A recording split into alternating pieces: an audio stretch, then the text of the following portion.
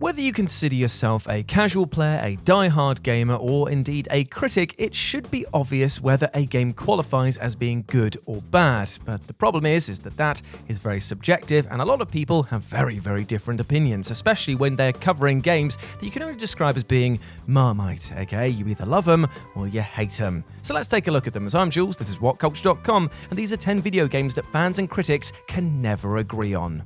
Number 10, Gone Home. In Gone Home, you take control of a woman called Katie who has returned home to learn that her parents and sister are missing. Navigating around the house, Katie searches for clues, hoping to learn what happened to her family. Despite the simple premise, the game stood out for focusing on exploration rather than interactivity, which many critics believed made the story more engrossing. Critics were so won over, it wasn't long before Gone Home started being used as a proof that video games can be classified as art. It received excellent scores from every gaming publisher and even won a BAFTA. Hell, I didn't even know that video games could do that at the time. Sadly though, Gone Home is one of those games where players hated the exact elements that some critics loved. Many gamers felt the lack of interactivity made Gone Home feel more like a walking simulator than a game. Although many people found that the subtle horror elements kept players on their toes, some found the lack of outright scares, well, pretty boring. Because supporters feel like Gone Home is a work of art above all else while naysayers think it's trash, the only thing everyone seems to agree on is that it doesn't feel like a video game. Number 9, BANJO-KAZOOIE Nuts and Bolts. For years, Rare was among the best developers for Nintendo, churning out classics like Donkey Kong Country, GoldenEye 007, and Diddy Kong Racing. So when the British developers were acquired by Microsoft, gamers were worried about Rare's franchises, especially BANJO-KAZOOIE. So when it was announced that BANJO-KAZOOIE was coming to the Xbox 360, fans were left rejoicing. However, people were also horrified to see that this game, BANJO-KAZOOIE Nuts and Bolts, was going to be focusing on vehicles and construction above all else. Even though the series was a platformer, this threequel put an unnecessary emphasis on vehicle construction to navigate through levels. Not only did these sections grind the gameplay to a halt, the controls for these automobiles were as clunky and imprecise as you would expect. Nuts and Bolts left a bad taste in everybody's mouth to the point where even the most dedicated of fans of the franchise never played beyond the first level. Because of the game's fan reputation, it's easy to forget, however, that it received consistently good reviews upon its initial release. Although it was regarded as definitely being the weakest of the three, it achieved a Metacritic score of 79%, implying the game was a pretty solid entry. Some critics praised the construction and driving elements, stating that it urged players to focus on innovation rather than just simple platforming. However, I am in the other side of the camp because I absolutely hate this game. Number 8, DMC Devil May Cry.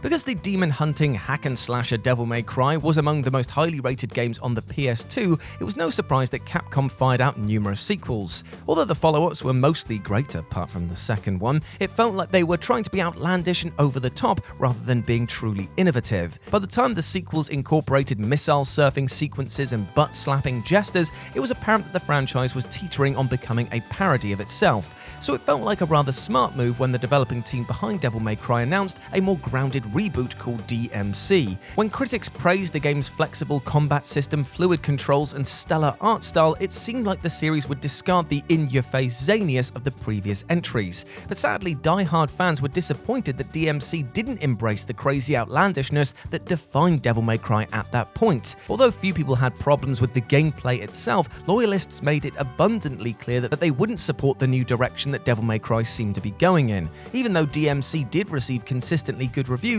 Capcom returned to the original style and format for the following sequel, Devil May Cry 5, thanks to fan outcry. Number 7, The Legend of Zelda Wind Waker. Upon its release, The Legend of Zelda Wind Waker was praised for its distinctive graphics, epic story, and focus on exploration, receiving a Metacritic score of 96% and becoming the fourth game to receive a perfect score from Famitsu. One would assume that this game was utterly flawless. Although there are people who adore The Wind Waker, it does have its glaring problems. For example, Link is meant to receive a pearl after completing each dungeon, but since he receives the third pearl by doing nothing, it feels like the game is actually missing content. And that's actually exactly what happened. Nintendo was so behind schedule during development that they cut out a third dungeon, making the game feel rather incomplete. Even though sailing was Wind Waker's selling point, it is rather repetitive to travel for hours on end. Also, the last section focuses on a massive fetch quest for the Triforce pieces, which quickly becomes monotonous. These problems problems were so apparent that Nintendo simplified the Triforce quest and made sailing sections faster when the game was re-released for the Wii U. Since these issues were so flagrant, it does make you wonder why critics were so generous with Wind Waker upon its release. Number 6. Final Fantasy VIII.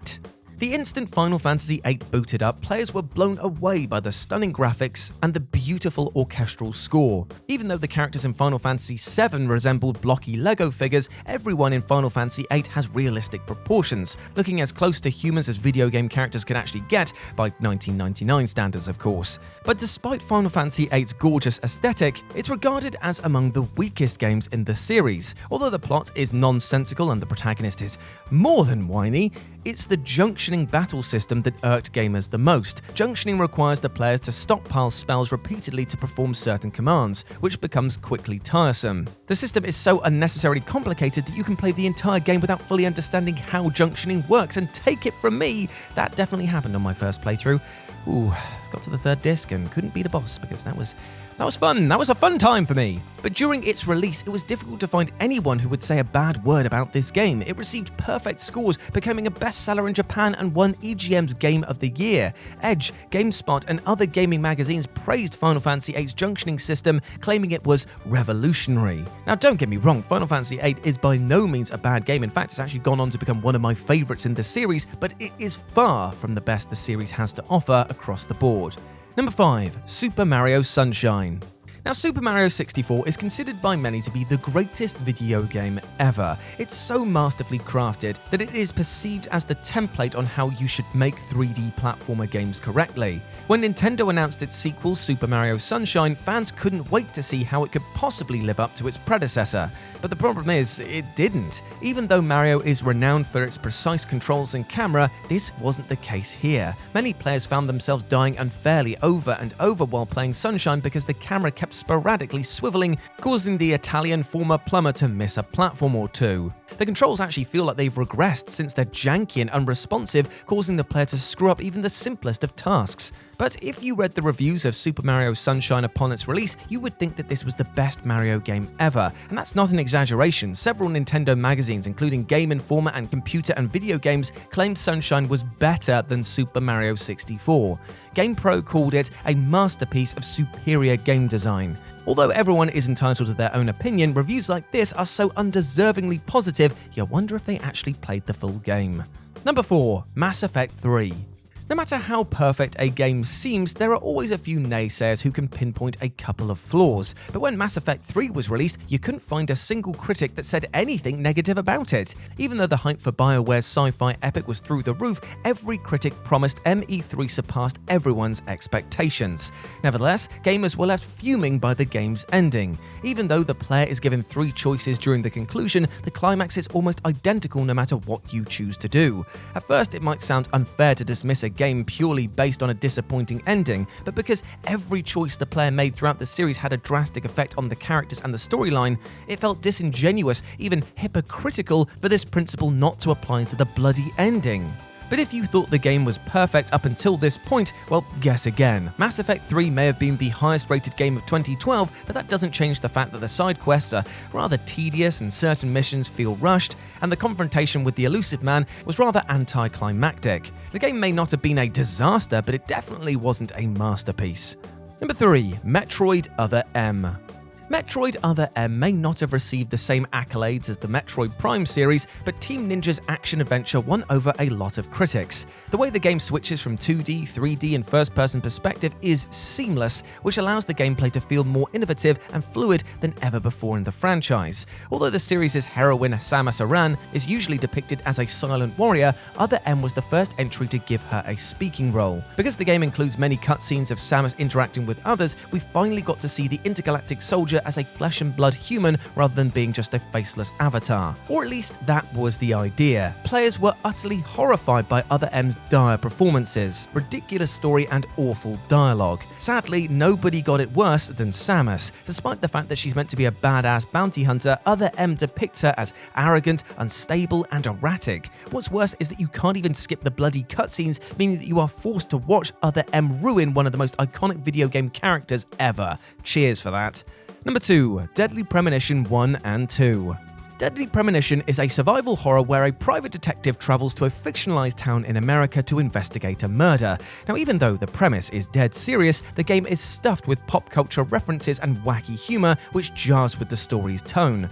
However, critics and gamers can't decide if these qualities are good or bad. While many critics found the dialogue and performances cringy, some players, like myself, love how unnatural everything sounds since it invokes a Twin Peaks-like surrealism. Deadly Premonition became infamous for its mixed reviews, garnering scores ranging from 20% to 100%. It wasn't a commercial success, but it did receive enough of a cult following for the sequel Deadly Premonitions 2, A Blessing in Disguise, to be released in 2020. As before, this follow-up was criticized and praised for the exact same things: lack of structure, weird performances, and awkward dialogue. It went on to win Game Radar's Best Worst Game, a Best Cult Game award, and now holds the Guinness World Record for most polarizing survival horror game ever, a distinction that was previously owned by the first game. Nice one.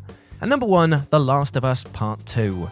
Naughty Dog's action-adventure The Last of Us centers around a man and a girl trying to survive after America has been ravaged by a deadly virus. Despite the fact that the graphics are gorgeous and the audio just absolutely stunning, it was Joel and Ellie's relationship that gamers gravitated towards. The writing and performances for the pair helped solidify The Last of Us as the flagship for great storytelling in gaming. Although many believed a follow-up couldn't live up to expectations, The Last of Us Part 2 garnered more Game of the Year awards than any game in history. According to critics, the nuanced exploration, audio design, and character development were on par, if not surpassing that of its predecessor. However, many reviews failed to mention the sequel doesn't focus on Joel's relationship with Ellie. And because you only take control of Joel in the opening sections, fans felt cheated since they weren't getting what they experienced in the first game. You could forgive The Last of Us 2 if it included characters that were equally as compelling, but not only does it introduce many bland characters, most of their relationships don't evolve, preventing the game from hitting the same highs as the predecessor.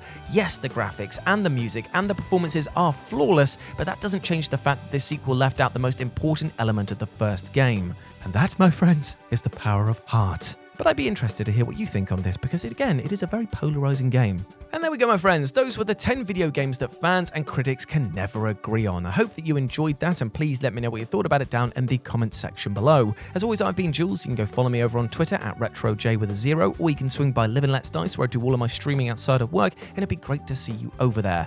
But before I go, I just want to say one thing. There is one thing that you and I can agree on, and that is that you are an absolute ledge and you deserve love, happiness, and support. Do not let anything or anyone else tell you otherwise, alright? I want you to go out there and smash your life goals today, because I believe in you, and you need to believe in yourself too. Big love, my friend. As always, I've been Jules. You have been awesome. Never forget that, and I'll speak to you soon. Bye.